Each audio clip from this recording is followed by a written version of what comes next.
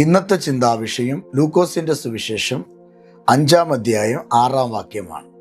വാക്യം ഇങ്ങനെയാണ്: അവർ അങ്ങനെ ചെയ്തപ്പോൾ പെരുത്ത മീൻകൂട്ടം അകപ്പെട്ട് വല കീറുമാറായി. അനുഗ്രഹിക്കപ്പെട്ട നല്ല വേദവാക്യത്തിനായി ഞാൻ ദൈവസന്നിധിയിൽ സ്തോത്രം ചെയ്യുകയാണ്. നമ്മുടെ വാഴ്ത്തപ്പെട്ട കർത്താവായ യേശു ക്രിസ്തുവിൻ്റെ പരസ്യകാല ശുശ്രൂഷയിൽ ഒട്ടനവധി അടയാളങ്ങളും വീര്യപ്രവർത്തികളും ചെയ്തിട്ടുണ്ട്. യേശു കർത്താവ് പടകിൽ ചെയ്ത ഒരു അത്ഭുത പ്രവൃത്തിയെക്കുറിച്ചാണ് ലൂക്കോസിന്റെ സുവിശേഷത്തിൽ 5-ാം അധ്യായത്തിൽ നമുക്ക് കാണുവാൻ കഴിയുന്നത്.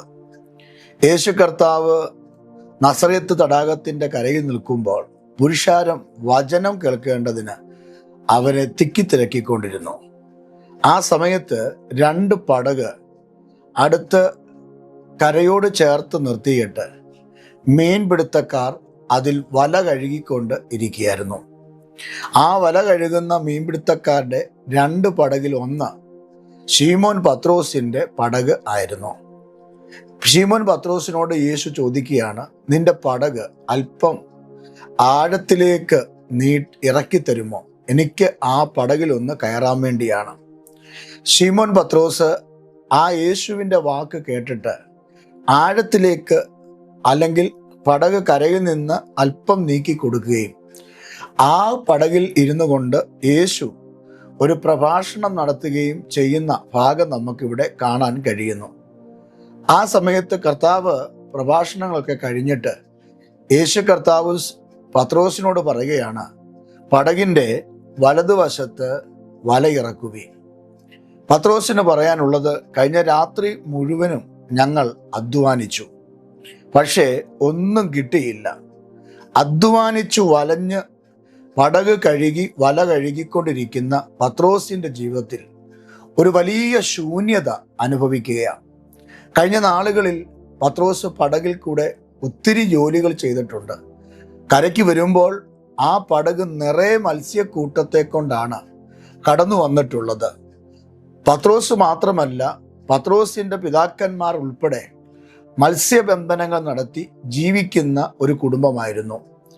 ആ കടലിനെ കുറിച്ച് വളരെ തിട്ടവും വ്യക്തവുമായ അറിവുള്ള, എവിടെ ചാകര എവിടെ മീന് എന്ന് നന്നായിട്ടറിയാവുന്ന ഒരു വ്യക്തിയാണ് പത്രോസ്. എന്നാൽ ഒരു രാത്രി മുഴുവനും പത്രോസ് വല വീശിയിട്ട്, ഒരു രാത്രി മുഴുവനും അധ്വാനിച്ചിട്ട്, ഒരു രാത്രി മുഴുവനും കഷ്ടപ്പെട്ടിട്ട് പത്രോസിന്റെ പടകിൽ ഒരു മീൻ പോലും കയറിയില്ല. ജീവിതത്തിൽ ഇത്രയും വർഷത്തിനിടയിൽ പത്രോസിന്റെ പടകിനകത്ത് ആ വലയ്ക്കകത്തും മത്സ്യം കയറാതിരുന്ന ഒരു രാത്രി ചിലപ്പോൾ അതായിരിക്കാം.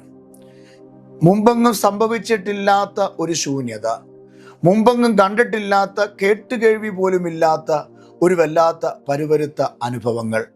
പത്രോസ് ദൈവസന്നിധിയിൽ അവൻ നിൽക്കുകയാണ് ഇപ്പോൾ. കാരണം യേശു അവിടെ ഉണ്ട്. യേശു പത്രോസിനോട് പറയുകയാണ്, പടകിൻ്റെ വലതുവശത്ത് നീ വല വീശുക. യേശു പറഞ്ഞ വാക്കിൻ്റെ മുമ്പിൽ പത്രോസോട് പറയുന്നൊരു കാര്യമുണ്ട്, നാഥാ, ഞങ്ങൾ രാത്രി മുഴുവനും അധ്വാനിച്ചവരാണ്, പക്ഷേ നിന്റെ വാക്കിൻ്റെ മുമ്പിൽ ഞാൻ എന്ത് ചെയ്യാം? വല ഇറക്കാം. യേശു നമ്മളോട് എന്തെങ്കിലും പറയുന്നത് അനുസരിക്കാനും അത് ചെയ്യാനും നമ്മൾ തയ്യാറാകണം. യേശു കർത്താവിൻ്റെ വാക്ക് കേട്ട് അപ്രകാരം സ്റ്റെപ്പുകൾ വെക്കുന്ന ഒരു കുടുംബം, ഒരു ജോലി, ഒരു വിദ്യാഭ്യാസം ഒന്നും തകർന്നു പോകുകയില്ല. കാരണം യേശുവിൻ്റെ വാക്കിൻ്റെ മുമ്പിലാണ് നിങ്ങളുടെ ജോലി ആരംഭിക്കുന്നതെങ്കിൽ, യേശുവിൻ്റെ വാക്കിൻ്റെ മുമ്പിലാണ് നിങ്ങളുടെ കുടുംബജീവിതം ആരംഭിക്കുന്നതെങ്കിൽ, യേശുവിൻ്റെ വാക്കിൻ്റെ മുമ്പിലാണ് നിങ്ങളുടെ ആ സ്ഥാപനം നടന്നു പോകുന്നതെങ്കിൽ, യേശു നിങ്ങളോട് സംസാരിച്ചിട്ടുണ്ടെങ്കിൽ, യേശു പറയുന്നത് അനുസരിക്കാനും അതിന് കീഴ്പ്പെടാനും നിങ്ങൾ തയ്യാറാകുന്നെങ്കിൽ, പത്രോസിന്റെ പടകിന്റെ അവസ്ഥയ്ക്ക് വ്യത്യാസം വരുത്തിയ യേശു നിങ്ങളുടെ അവസ്ഥയ്ക്കും നിങ്ങളുടെ സാഹചര്യങ്ങൾക്കും വ്യത്യാസം വരുത്തുമെന്ന് ഞാൻ ഇന്ന് രാവിലെ പ്രവചനയാത്മാവിൽ ചില കുടുംബങ്ങളെ നോക്കി ദൂത് പറയുകയാണ്. നാളുകൾ കൊണ്ട് നിങ്ങൾ അലഞ്ഞു നടന്നിട്ട്, നാളുകൾ കൊണ്ട് നിങ്ങൾ കഷ്ടപ്പെട്ടിട്ട്, പത്രോസ് ഒരു രാത്രി മുഴുവനും ആ പടകുമായി ആ കടലിൽ മുഴുവനും അലഞ്ഞു തിരിഞ്ഞ് നടന്നപ്പോൾ ഒന്നും കിട്ടാതെ ശൂന്യാവസ്ഥയിൽ, ശൂന്യതയുടെ അവസ്ഥയിൽ, മനസ്സ് ശൂന്യത, പടക് ശൂന്യത, ആ വല ശൂന്യത, വീട്ടിലെങ്ങനെ ചെന്ന് കയറും, കയ്യിൽ 10 പൈസ ഉണ്ടാക്കാനുള്ള ഒരു മീനെ പോലും കിട്ടാതെ വല്ലാത്ത തകർച്ചയോടുകൂടെ പടക് കഴുകിക്കൊണ്ടിരിക്കുമ്പോൾ യേശു അപ്പായുടെ വാക്കിൻ്റെ മുമ്പിൽ തിരസ്കരിക്കാതെ, മർദ്ദലിക്കാതെ, യേശുവിനോട് തർക്കുത്തരം പറയാതെ കർത്താവിന് വേണ്ടി വാക്ക് അനുസരണമുള്ളവനായി മാറിയപ്പോൾ പത്രോസിൻ്റെ സ്ഥിതിക്ക് വ്യത്യാസം വന്നു. ഇന്ന് രാവിലെ ഞാൻ നിങ്ങളോട് വ്യക്തമായി പറയാം, പത്രോസിൻ്റെ പടകിനകത്ത് ഉണ്ടായ ദാരിദ്ര്യം, തലേ രാത്രിയിൽ ഉണ്ടായ ദാരിദ്ര്യം, അവിടെ ഇവിടെ എല്ലാം വീശി അവരാൽ കഴിയുന്ന രീതിയിൽ അവർ പണിയെടുത്തു. പക്ഷേ ഒന്നും കിട്ടാതെ ഇരിക്കുമ്പോൾ, പടകിൽ ആ നിരാശയോടുകൂടെ കരയ്ക്കടുക്കുമ്പോൾ കരയ്ക്ക് നിൽക്കുന്ന ഒരു കർത്താവുണ്ട്. നിങ്ങൾ നിരാശയോടെ ദൈവത്തിൻ്റെ അടുക്കിലേക്ക് വന്നാൽ ആ നിരാശകളെ മാറ്റുന്നൊരു ദൈവമുണ്ട്. കാരണം വേദപുസ്തകത്തിൽ പറയുന്നുണ്ട്, നിങ്ങൾക്ക് ലോകത്ത് കഷ്ടമുണ്ട്, പ്രതികൂലമുണ്ട്, വേദനയുണ്ട്, എങ്കിലും ധൈര്യപ്പെടുക, ഞാൻ ഈ ലോകത്തെ ജയിച്ചിരിക്കുന്നു എന്നുള്ളതാണ്. ഇന്ന് രാവിലെ എന്നെ കേൾക്കുന്ന എൻ്റെ പ്രിയപ്പെട്ട സഹോദരങ്ങളെ, ഗ്രേസ് ടിവിയുടെ പ്രേക്ഷകരെ, ഞാൻ ഈ സന്ദേശത്തിൽ കൂടെ നിങ്ങളോട് പറയാൻ കർത്താവ് എനിക്ക് തന്നിരിക്കുന്ന ദൈവിക ദൂത്, നിങ്ങൾ പ്രതീക്ഷിക്കാത്ത ചില ദാരിദ്ര്യങ്ങൾ നിങ്ങളുടെ മുമ്പിൽ കടന്നു വരാം. ദൈവം അയച്ചിട്ട് ഒരു ദാരിദ്ര്യം നിങ്ങളുടെ മുമ്പിൽ കടന്നു വരാം. ഇവിടെ പത്രോസിൻ്റെ പടകിനെ കുറിച്ചും പത്രോസിൻ്റെ ഈ ഒരു ഭാഗത്തെക്കുറിച്ചും, അല്ലെങ്കിൽ ലൂക്കോസിൻ്റെ സുവിശേഷം 5-ാം അധ്യായം 1 മുതലുള്ള ഭാഗങ്ങൾ ഞാൻ വായിച്ചപ്പോൾ എനിക്ക് മനസ്സിലായ ഒരു കാര്യം ഞാൻ പറയാം. തമ്പുരാനാണ് അവൻ്റെ പടകിൽ കയറേണ്ട മീനെ തടഞ്ഞു വെച്ചത്. കാരണം പത്രോസിനെ യേശുവിന് വേണം. എന്തിനാ? അവിടെ വായിക്കുന്നുണ്ട്, പത്രോസെ, ഞാൻ നിന്നെ മനുഷ്യനെ പിടിക്കുന്നവനാക്കാം, ഫോളോ മീ, എന്നെ നീ അനുഗമിക്കുക. അപ്പൊ യേശുവിനെ അനുഗമിക്കാൻ വേണ്ടി പത്രോസിനെ യേശു കണ്ടു. ഈ പത്രോസ് തിരക്കുട്ട ഒരു സമയത്താണ് നിൽക്കുന്നതെങ്കിൽ യേശുവിന് പത്രോസിനെ കിട്ടത്തില്ല. കാരണം നമുക്കറിയാം, പടക് നിറയെ മത്സ്യവുമായി കരയ്ക്ക് വന്നാൽ യേശു പറയുന്ന വാക്ക് കേൾക്കാൻ പത്രോസ് ഒരിക്കലും എന്ത് ചെയ്യത്തില്ല, നിൽക്കത്തില്ല. കാരണം അവൻ്റെ പടകിലുള്ള മത്സ്യങ്ങൾ വിൽക്കാനും ലേലം ചെയ്യാനും അതുമായി കിട്ടുന്ന പൈസ കൊണ്ട് തൻ്റെ വീട്ടിലേക്ക് പോകാനാണ് പത്രോസ് നോക്കുക. എന്നാൽ ഇവിടെ സംഭവിച്ചത് എന്താണ്? രാത്രിയിലെ ശൂന്യത അവനെ വല്ലാതെ അലട്ടിയിട്ട് ആ വലയും പടകും കഴുകിക്കൊണ്ടിരിക്കുന്ന പത്രോസിനെയാണ് കാണുന്നത്. ദൈവം അറിഞ്ഞിട്ട് ചില ശൂന്യതകൾ. എന്തിന്? യേശുവിന് നിന്നെ വേണം. എൻ്റെ സ്നേഹിത, നീ ഇത്രയും അധ്വാനിച്ചിട്ട് പലതും നീ വെട്ടിപ്പിടിച്ചിട്ട് പെട്ടെന്ന് ഒരു ശൂന്യത കടന്നു വരുമ്പോൾ, പെട്ടെന്നൊരു ഞെരുക്കം കടന്നു വരുമ്പോൾ, പെട്ടെന്നൊരു കടം കയറി വരുമ്പോൾ, പെട്ടെന്നൊരു തകർച്ച വരുമ്പോൾ, അത് നിങ്ങളെ തകർക്കാൻ വേണ്ടിയല്ല കേട്ടോ, കർത്താവിന് നിങ്ങളെ ആവശ്യമുള്ളത് കൊണ്ടാണ്. ഈ രാവിലെ ദൈവസന്നിധിയിൽ എൻ്റെ പ്രിയപ്പെട്ട സഹോദരങ്ങളോട് ഞാൻ പറയാം, പത്രോസിൻ്റെ പടക് നിറഞ്ഞിരുന്നെങ്കിൽ, പത്രോസിൻ്റെ പടകിനകത്ത് ഒരു ശൂന്യത വന്നില്ലെങ്കിൽ ഒരിക്കലും യേശുവിൻ്റെ വാക്കിന് വിധേയപ്പെടുകയും യേശുവിനെ പത്രോസ് അനുഗമിക്കുകയും ചെയ്യത്തില്ലായിരുന്നു. എന്നാൽ യേശുവിന് മനസ്സിലായി, എൻ്റെ വാക്ക് കേൾക്കുവാൻ തടസ്സമായി തീരുന്നത് അവൻ്റെ പടകിലെ നിറവാണ്, മത്സ്യങ്ങളാണ്. അതുകൊണ്ട് ദൈവം തമ്പുരാൻ എന്ത് ചെയ്യുന്നറിയാമോ? എനിക്ക് കിട്ടിയൊരു ചിന്ത ഞാൻ പറയുക, തലയ രാത്രിയിൽ അവൻ്റെ പടകിനകത്തും വലയ്ക്കകത്തും കയറേണ്ട മത്സ്യങ്ങളോട് ദൈവം കൽപ്പിച്ചു, അല്ലെങ്കിൽ കർത്താവ് കൽപ്പിച്ചു, ഒരെണ്ണം പത്രോസിൻ്റെ പടകിൽ കയറരുത്, പത്രോസിൻ്റെ വലയിൽ കയറരുത്. ദൈവം അതിനെയെല്ലാം ഒരു സൈഡിലേക്ക് മാറ്റി വെച്ചു. കണ്ടോ ദൈവത്തിൻ്റെ പർപ്പസ്? കണ്ടോ നമ്മളെക്കുറിച്ച്? പലപ്പോഴും നമ്മുടെ ജീവിതത്തിൽ വലിയ നന്മകളും അനുഗ്രഹങ്ങളും ആരോഗ്യങ്ങളും ഒക്കെ കൊണ്ടുപോകുമ്പോൾ നമ്മൾ പലപ്പോഴും ദൈവത്തെ മറന്നു പോകുന്ന ഒരവസ്ഥയുണ്ട്. പണം നമ്മുടെ കയ്യിലുള്ളപ്പോൾ നമ്മൾ പ്രാർത്ഥിക്കാറില്ല, ആരോഗ്യമുള്ളപ്പോൾ നമ്മൾ പ്രാർത്ഥിക്കാറില്ല, സ്വസ്ഥതയുള്ളപ്പോൾ ചിലപ്പോൾ നമ്മൾ പ്രാർത്ഥിക്കാറില്ല. എന്നാൽ ആരോഗ്യം നഷ്ടപ്പെടുമ്പോഴോ, സ്വസ്ഥത നഷ്ടപ്പെടുമ്പോഴോ, പണം നഷ്ടപ്പെടുമ്പോഴോ നമ്മൾ എന്ത് ചെയ്യാറുണ്ട്? ചിലപ്പോൾ 21 അല്ല 40 ദിവസം ഉപവസിച്ച് പ്രാർത്ഥിച്ചെന്നിരിക്കാം, രാവിലെയും വൈകിട്ട് കരഞ്ഞ് നിലവിളിച്ചെന്നിരിക്കാം. ദൈവസന്നിധിയിൽ പ്രാർത്ഥിക്കുന്ന ഒരനുഭവം അപ്പോൾ ഉണ്ടായി വരും. ഒരു മനുഷ്യനെ ദൈവം എങ്ങനെ പിടിക്കണമെന്നും ദൈവത്തിൻ്റെ വഴിയിൽ ആ വേയിൽ കൊണ്ടുവരണത് എങ്ങനെയാണെന്നും എൻ്റെ യേശുവിനറിയാം. അതുകൊണ്ട് എൻ്റെ പ്രിയപ്പെട്ടവരോട് ഞാൻ പറയാം, സമ്പത്ത് നഷ്ടപ്പെടാതെ, ആരോഗ്യം നഷ്ടപ്പെടാതെ നീ ദൈവത്തിങ്കിലേക്ക് നീ അടുത്തു വന്നാൽ, പണം അവിടെ കിടക്കട്ടെ, ആരോഗ്യം അവിടെ കിടക്കട്ടെ, കർത്താവുമായൊരു ബന്ധം നീ സ്ഥാപിച്ചെടുത്താൽ നിന്റെ ജീവിതത്തിൽ ഒരിക്കലും ദൈവം ഒരു ശൂന്യത നൽകി തരത്തില്ല.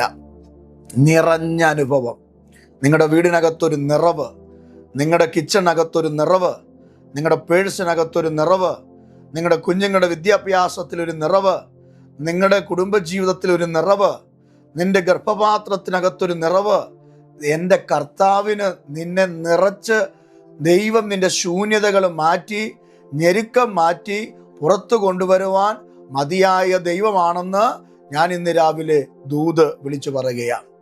അതുകൊണ്ട് വേദപുസ്തകത്തില് 1 കൊരിന്ത്യർ ലേഖനം 15-ാം അധ്യായം 58-ാമത്തെ വാക്യത്തിൽ ഇങ്ങനെ വായിക്കുന്നുണ്ട്: ആകയാൽ സഹോദരന്മാരെ, നിങ്ങൾ ഉറപ്പുള്ളവരും കുലുങ്ങാത്തവരും കർത്താവിൽ നിങ്ങളുടെ പ്രയത്നം വെറുതെ അല്ല എന്നും നിങ്ങൾ അറിയുക.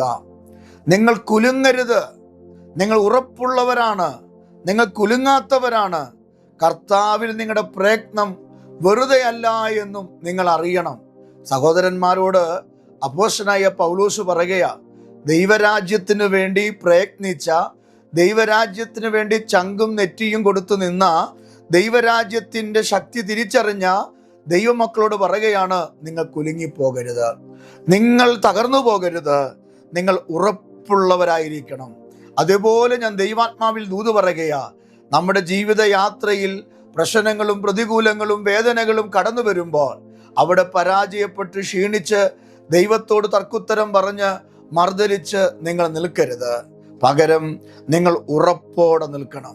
എന്തു വന്നാലും കർത്താവ് എൻ്റെ കൂടെ ഉണ്ടെന്നും എൻ്റെ കർത്താവ് എന്നെ കൈവിടത്തില്ലെന്നും എൻ്റെ കുഞ്ഞുങ്ങളെ, എൻ്റെ കുടുംബത്തെ എൻ്റെ യേശു കൈക്ക് പിടിക്കുമെന്നും ഉറപ്പ് പ്രാപിച്ച് കുലുങ്ങാതെ, തകരാതെ, ക്ഷീണിക്കാതെ ദൈവകൃപയിൽ നിൽക്കാൻ നിങ്ങൾ പ്രാപ്തരാകട്ടെ എന്ന് ഞാൻ ദൈവസന്നിധിയിൽ നിങ്ങൾക്ക് ആഹ്വാനം നൽകുകയാണ്. ഇവിടെ പത്രോസിൻ്റെ പടക് വല്ലാത്ത അവസ്ഥയിൽ കിടക്കുമ്പോൾ ആ പടകിൽ യേശു കയറി. നിങ്ങളുടെ വീട്ടിൽ യേശു ഒന്ന് കയറട്ടെ, നിങ്ങളുടെ മനസ്സിനകത്ത് യേശു ഒന്ന് കയറട്ടെ. നിങ്ങളുടെ ജീവിതത്തിൻ്റെ ഏത് മേഖലകളിലും യേശുവിനൊരു സ്ഥാനം കൊടുക്കുക.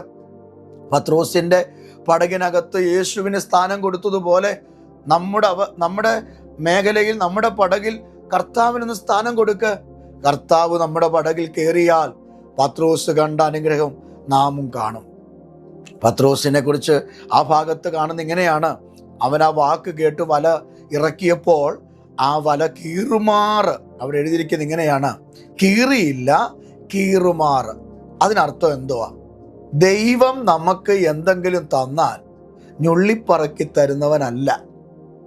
നിങ്ങൾ മനസ്സിലാക്കണം, ഞുള്ളിപ്പറക്കി തരുന്നവനല്ല ദൈവം. 50,000 രൂപ നിങ്ങൾക്ക് വേണമെങ്കിൽ 49,050 രൂപ അല്ലെങ്കിൽ 49,500 രൂപ തരുന്ന ദൈവമല്ല. 50,000 രൂപ നിങ്ങൾക്ക് വേണമെങ്കിൽ 50-ൽ മേളിൽ 60, 70, 80 രൂപ നിങ്ങൾക്ക് തരാൻ എൻ്റെ ദൈവം മതിയാകും. ഒരു എക്സാമ്പിൾ ഞാൻ പറഞ്ഞതാ. അമർത്തിക്കുലുക്കി ദൈവം തരും, വർദ്ധിപ്പിച്ച് ദൈവം തരും. അതുകൊണ്ട് ഇവിടെ വായിക്കുകയാണ്, കീറുമാറ് അനുഗ്രഹിക്കും. ഞാൻ ഇന്ന് രാവിലെ ഇങ്ങനെ ദൂത് പറഞ്ഞാൽ എത്ര പേര് ആ ദൂത് ഏറ്റെടുക്കും? നിങ്ങളുടെ വീടിനകത്ത് ഇതുവരെ നിങ്ങൾ കണ്ടിട്ടില്ലാത്ത, നിങ്ങൾ അനുഭവിച്ചിട്ടില്ലാത്ത, നിങ്ങൾ രുചിച്ചിട്ടില്ലാത്ത ചില അനുഗ്രഹങ്ങൾ നിങ്ങളിലേക്കോ, നിങ്ങളുടെ തലമുറയിലേക്കോ, നിങ്ങളുടെ ജോലി മേഖലയിലേക്കോ, നിങ്ങളുടെ കമ്പനിയിലേക്കോ, ഓഫീസിലേക്കോ, ഇനി എന്തിനേറെ പറയുന്നു, നിങ്ങളുടെ ശുശ്രൂഷ മേഖലകളിലേക്കോ കീറുമാറ്, കീറത്തില്ല, കീറുമാറ് വർദ്ധിപ്പിച്ച് അനുഗ്രഹിച്ച് നിങ്ങളെ നടത്താൻ എൻ്റെ ദൈവം മതിയായവനാണ്. എത്ര പേർക്ക് ആമേൻ പറയാൻ കഴിയും? നിങ്ങളെ വർദ്ധിപ്പിക്കുന്ന ദൈവം, അത് പൊലിപ്പിച്ചു തരുന്ന ദൈവം. ആ ദൈവം പത്രോസിൻ്റെ പടകിൽ അനുഗ്രഹങ്ങൾ വർദ്ധിപ്പിച്ചപ്പോൾ അവിടെ സംഭവിച്ച കഥ നിങ്ങൾ കണ്ടോ? ആമേൻ. 7-ാമത്തെ വാക്യം ഇങ്ങനെയാണ് വായിക്കുന്നത്.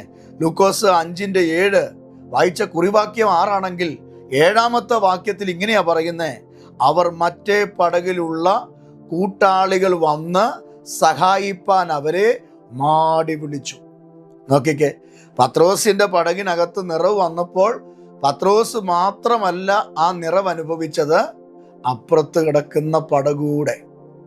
എൻ്റെ പ്രിയപ്പെട്ടവരെ, രക്ഷിക്കപ്പെട്ടവരെ, യേശുവിൻ്റെ മക്കളെ, ഞാൻ നിങ്ങളോട് പറയട്ടെ, നിങ്ങൾ അനുഗ്രഹിക്കപ്പെട്ടാൽ നിങ്ങളുടെ സഹോദര പടകും കൂടെ അനുഗ്രഹിക്കപ്പെടും. നിങ്ങൾ അനുഗ്രഹിക്കപ്പെട്ടാൽ നിങ്ങളുടെ ചുറ്റുവട്ടം അനുഗ്രഹിക്കപ്പെടും. നിങ്ങൾ അനുഗ്രഹിക്കപ്പെട്ടാൽ നിങ്ങളെപ്പോലെ നിങ്ങളുടെ മുമ്പിൽ ദാരിദ്ര്യം അനുഭവിക്കുന്നവരും അനുഗ്രഹിക്കപ്പെടും. ഇവിടെ മറ്റു പടകൂടെ വരാൻ വേണ്ടി പത്രോസ് മാടി വിളിച്ചു. അവർ വന്നു. പടക് രണ്ടും മുങ്ങുമാറാകോളം ദൈവം എന്ത് ചെയ്തു? നിറച്ചു. നോക്കിക്കേ, ഇവിടെ രണ്ട് പടകാണ് കരയ്ക്ക് അടുത്ത് കിടന്നത്. എവിടെ? അവിടെ കാണുന്നു, ഗന്നസരേത്ത് തടാകത്തിൽ. അതിൻ്റെ കരയ്ക്ക് രണ്ട് പടകാണ്. അതിലൊരു പടകാണ് പത്രോസിൻ്റെ, മറ്റു പടക് മറ്റൊരാടേതാണ്. എന്നാൽ പത്രോസിൻ്റെ പടകിനകത്ത് നിറവ് വന്നപ്പോൾ, യേശു കയറിയപ്പോൾ, അത് നിറഞ്ഞ് കവിഞ്ഞ് വല കീറുമാറായപ്പോൾ, പടക് മുങ്ങും എന്ന് കണ്ടപ്പോൾ, ആമേ കൂട്ടത്തിൽ കരയ്ക്ക് അടുപ്പിച്ച മറ്റൊരു പടകുണ്ടല്ലോ, ആ പടകൂടെ വരാൻ ആംഗ്യം കാട്ടി വിളിച്ചു. അങ്ങനെ ആ പടകും കൂടെ ചെന്ന് മത്സ്യങ്ങളെ നിറച്ചപ്പോൾ, അവിടെ 7-ാം വാക്യത്തിൽ വായിക്കുകയാണ്, വന്ന് രണ്ട് പടകും, നോക്കിക്കേ, ഒരു പടകല്ല, രണ്ട് പടകും, നോക്കുക, രണ്ട് പടകും മുങ്ങുമാറു എന്ത് ചെയ്തു? നിറച്ചെടുത്തു. ഇന്ന് രാവിലെ ദൈവം നിങ്ങളെ അനുഗ്രഹിച്ചാൽ നിങ്ങളുടെ സഹോദരങ്ങൾ, നിന്റെ പെങ്ങള്, നിന്റെ ആങ്ങള അനുഗ്രഹിക്കപ്പെടണം. ദൈവം നിന്നെ അനുഗ്രഹിച്ചാൽ നിന്റെ ഉപ്പാപ്പൻ, നിന്റെ മാവൻ ഒക്കെ അനുഗ്രഹിക്കപ്പെടണം. ചില ആളുകളുണ്ട്, അമേൻ, അവരെത്ര അനുഗ്രഹിക്കപ്പെട്ടാലും അവരുടെ അടുത്ത് കിടക്കുന്ന സ്വന്തം സഹോദരന് പോലും ആമേൻ 10 പൈസ എന്ത് ചെയ്യത്തില്ല? കൊടുക്കത്തില്ല. അവരെത്ര നല്ല നിലയിൽ പോയാലും, അമേരിക്കയിൽ പോയാലും ഗൾഫിൽ പോയാലും, മക്കളൊക്കെ നല്ല നിലയിൽ വന്നാലും, തൊട്ടടുത്ത് കിടക്കുന്ന ആ വീട് ഇടിഞ്ഞ് പൊളിഞ്ഞ് ചോർന്ന് കിടന്നാലും 10 പൈസ കൊടുത്ത് സഹോദരൻ്റെ വീടൊന്ന് നന്നാക്കുകയോ ആ സഹോദരനെ ഒന്ന് സഹായിക്കുകയോ അവരുടെ മക്കളെ ഒന്ന് സഹായിക്കുകയോ ചെയ്യത്തില്ല. അത് നമ്മുടെ ഈ സമൂഹത്തിൽ കണ്ടുവരുന്ന സ്വാഭാവികമായ ഒരു കാഴ്ചയാണ്. എന്നാൽ യഥാർത്ഥമായ യേശുവിൻ്റെ അനുഗ്രഹം, യഥാർത്ഥമായ ഒരു അനുഗ്രഹം നമ്മുടെ ജീവിതത്തിൽ വന്നാൽ, ഇവിടെ കാണുന്നു, പത്രോസ് മാത്രമല്ല അത് അനുഗ്രഹിക്കപ്പെട്ടത്, മറ്റു പടകും കൂടെ അനുഗ്രഹിക്കപ്പെട്ടു. ഇന്ന് രാവിലെ ഞാൻ ദൈവസന്നിധിയിൽ ആ ദൂത് ഇങ്ങനെ പറയാം, പ്രിയരെ, ദൈവം ഈ വർഷം നിങ്ങളെ അനുഗ്രഹിക്കും. ഈ വർഷം നിങ്ങളുടെ കുടുംബത്തെ ദൈവം ഉയർത്തും. പക്ഷേ നിന്റെ സഹോദര പടകും അപ്പുറത്ത് ദാരിദ്ര്യം നിറഞ്ഞ് ശൂന്യമായി കിടപ്പുണ്ട് എന്നുള്ള കാര്യം നീ മറന്നുപോകരുത്. ആ പടകൂടെ നിറയത്തക്ക നിലയിൽ നിന്നാലാവോളം നീ അവരെ എന്ത് ചെയ്യണം? സഹായിക്കണം, ഹെൽപ്പ് ചെയ്യണം. എന്നാൽ യേശു പറയുന്ന വാക്കിൻ്റെ മുമ്പിൽ ശൂന്യതകൾ മാറും, ദാരിദ്ര്യം മാറും. പഴയ നിയമത്തിൽ നമ്മളൊരു കാര്യം കാണുന്നുണ്ട്. പ്രവാചക ശിഷ്യന്റെ അടുക്കൽ പ്രവാചകൻ, മരിച്ചുപോയ പ്രവാചകന്റെ ഭാര്യ വന്നിട്ടൊരു കാര്യം പറയുന്നു, എൻ്റെ കുഞ്ഞുങ്ങളെ കടക്കാർ പിടിച്ചു കൊണ്ടുപോകുന്നു. റീസൺ, എൻ്റെ ഭർത്താവ്, നിന്റെ ദാസൻ, ദൈവത്തിൻ്റെ ഭക്തൻ ആയ മനുഷ്യൻ ജീവിച്ചിരുന്നപ്പോൾ വരുത്തി വെച്ച കടനിമിത്തം എൻ്റെ കുഞ്ഞുങ്ങളെ പിടിച്ചു കൊണ്ടുപോകുന്നു. പ്രവാചകൻ ചോദിക്കുക, ഞാൻ എന്ത് ചെയ്തു തരണം? നിന്റെ പക്കൽ എന്തുണ്ട്? പ്രവാചക ശിഷ്യന്റെ ഭാര്യ പറഞ്ഞത്, എൻ്റെ പക്കൽ ഒരു തുരുത്തി എണ്ണയല്ലാതെ മറ്റൊന്നുമില്ല. ആ വലിയ പ്രവാചകൻ പറയുകയാ, നീ നിന്റെ കുഞ്ഞുങ്ങളും കൂടെ അടുത്തുള്ള വീട്ടിലെ പാത്രങ്ങളൊക്കെ ശേഖരിച്ച് അടച്ച് മുറിക്കുള്ളിൽ കയറിയിട്ട് ആ ഒരു തുരുത്തി എണ്ണ ആ പാത്രങ്ങളിലെല്ലാം നിറയ്ക്കുക. അവിടെ സ്വാഭാവികമായിട്ട് ചോദ്യം വരാം, ഈ ഒരു തുരുത്തി എണ്ണ കൊണ്ട് ഇത്രയും പാത്രങ്ങൾ എങ്ങനെ നിറയ്ക്കും? എന്ത് പൊട്ടത്തരമാണ് പറയുന്നത്? ചിന്തിച്ചിട്ട് പോലും ഒരു പിടിയും കിട്ടുന്നില്ല. പക്ഷെ പ്രവാചകൻ പറഞ്ഞ വാക്കിനെ അവൾ അംഗീകരിച്ചു. പ്രവാചകന്റെ വാക്കിന്റെ മുമ്പിൽ അവൾ അങ്ങനെ ചെയ്തു. തൻ്റെ കുഞ്ഞുങ്ങളുമായി അടുത്തുള്ള വീടുകളിൽ കയറിയിറങ്ങി പാത്രങ്ങൾ ശേഖരിച്ചു. തൻ്റെ വീട്ടിലുള്ള പാത്രങ്ങൾ കൂടെ ശേഖരിച്ചു. ശേഷം അവൾ എന്ത് ചെയ്തു? ആ വീടിൻ്റെ കതകടച്ച് കുഞ്ഞുങ്ങളുമായി അകത്ത് കയറിയിട്ട് പാത്രങ്ങളിൽ നിറച്ചു. ആദ്യത്തെ ഒരു പാത്രത്തിലേക്ക് ഈ ഒരു തുരുത്തി എണ്ണ ഒഴിച്ചപ്പോൾ ആ പാത്രം നിറഞ്ഞു. വീണ്ടും തുരുത്തിക്കകത്ത് എണ്ണ ഇരിക്കുകയാ. അടുത്ത പാത്രത്തിലേക്ക് ഒഴിച്ചു, ആ പാത്രം നിറഞ്ഞു, തുരുത്തിയിൽ എണ്ണ ഇരിക്കുകയാ.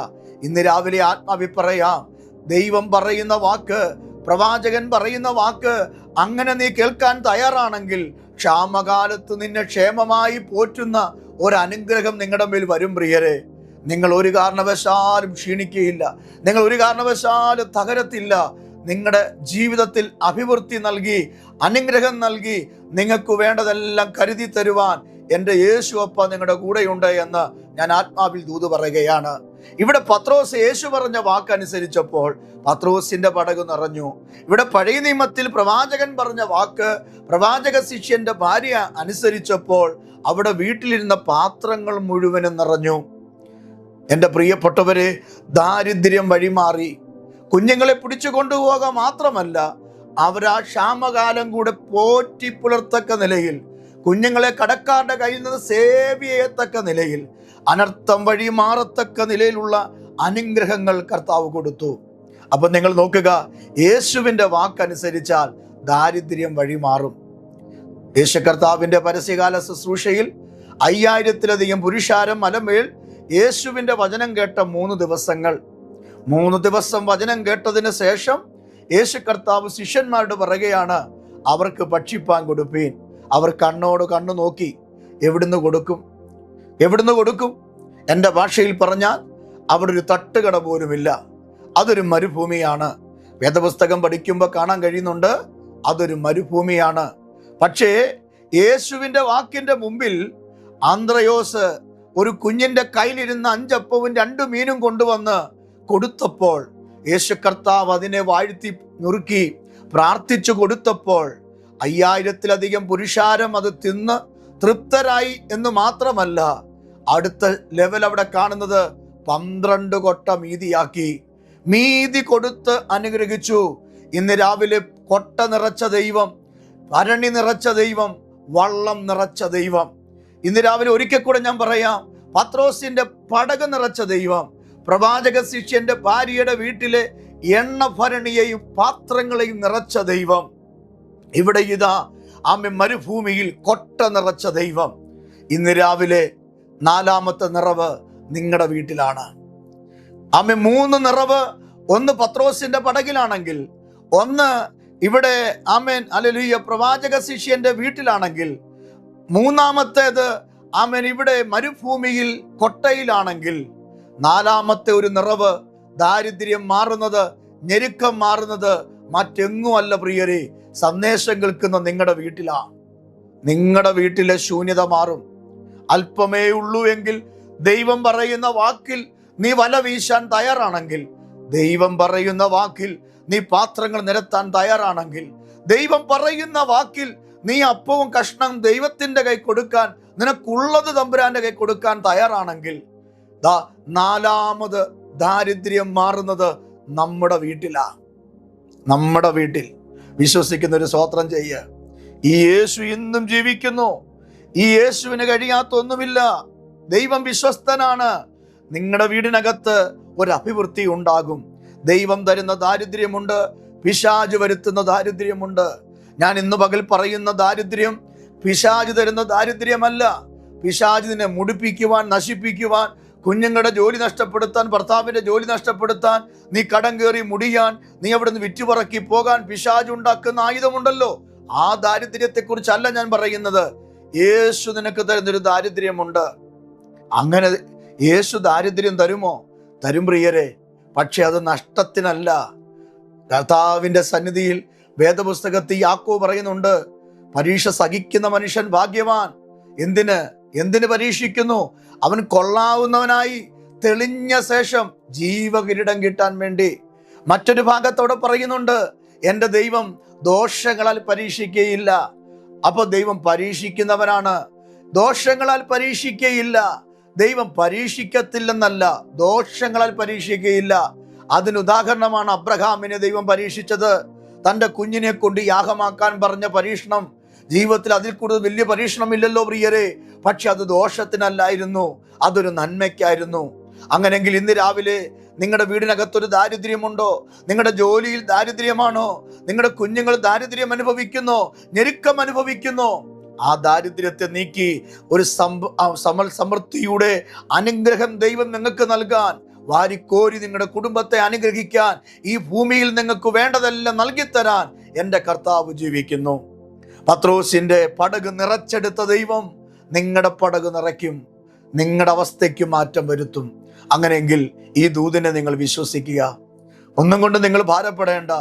യേശു വലിയവനാണ്. ഞാൻ നിങ്ങൾക്ക് വേണ്ടി പ്രാർത്ഥിക്കാം. എൻ്റെ കൂടെ ചേർന്ന് ഒരു വാക്ക് പ്രാർത്ഥിക്ക്. പരിശുദ്ധ കർത്താവേ, സ്വർഗീയ പിതാവേ, ഇന്ന് രാവിലെ കർത്താവെ, ദാരിദ്ര്യം അനുഭവിക്കുന്ന ചിലര്, ഞെരുക്കം അനുഭവിക്കുന്ന ചിലര്, അവരെ ഞാൻ അങ്ങയുടെ കരങ്ങളിൽ തരികയാണ്. കർത്താവെ, ദാരിദ്ര്യം വഴിമാറി അനുഗ്രഹം പെരുകി വരത്തക്ക നിലയിലുള്ള യഹോവയുടെ വാക്ക്, കർത്താവിൻ്റെ വാക്ക് ഞങ്ങൾ കേട്ട് അനുസരിച്ച്, കർത്താവെ, പടകിൽ നിറവ് വന്നതുപോലെ, പ്രവാചക ശിഷ്യന്റെ വീട്ടിൽ നിറവ് വന്നതുപോലെ, മരുഭൂമിയിൽ നിറവ് വന്നതുപോലെ ഞങ്ങളുടെ വീട്ടിലും ഞങ്ങളിലും ഒരു നിറവ് വരേണ്ടതിന് ഞങ്ങൾ ദൈവസന്നിധിയിൽ പ്രാർത്ഥിക്കുന്നു.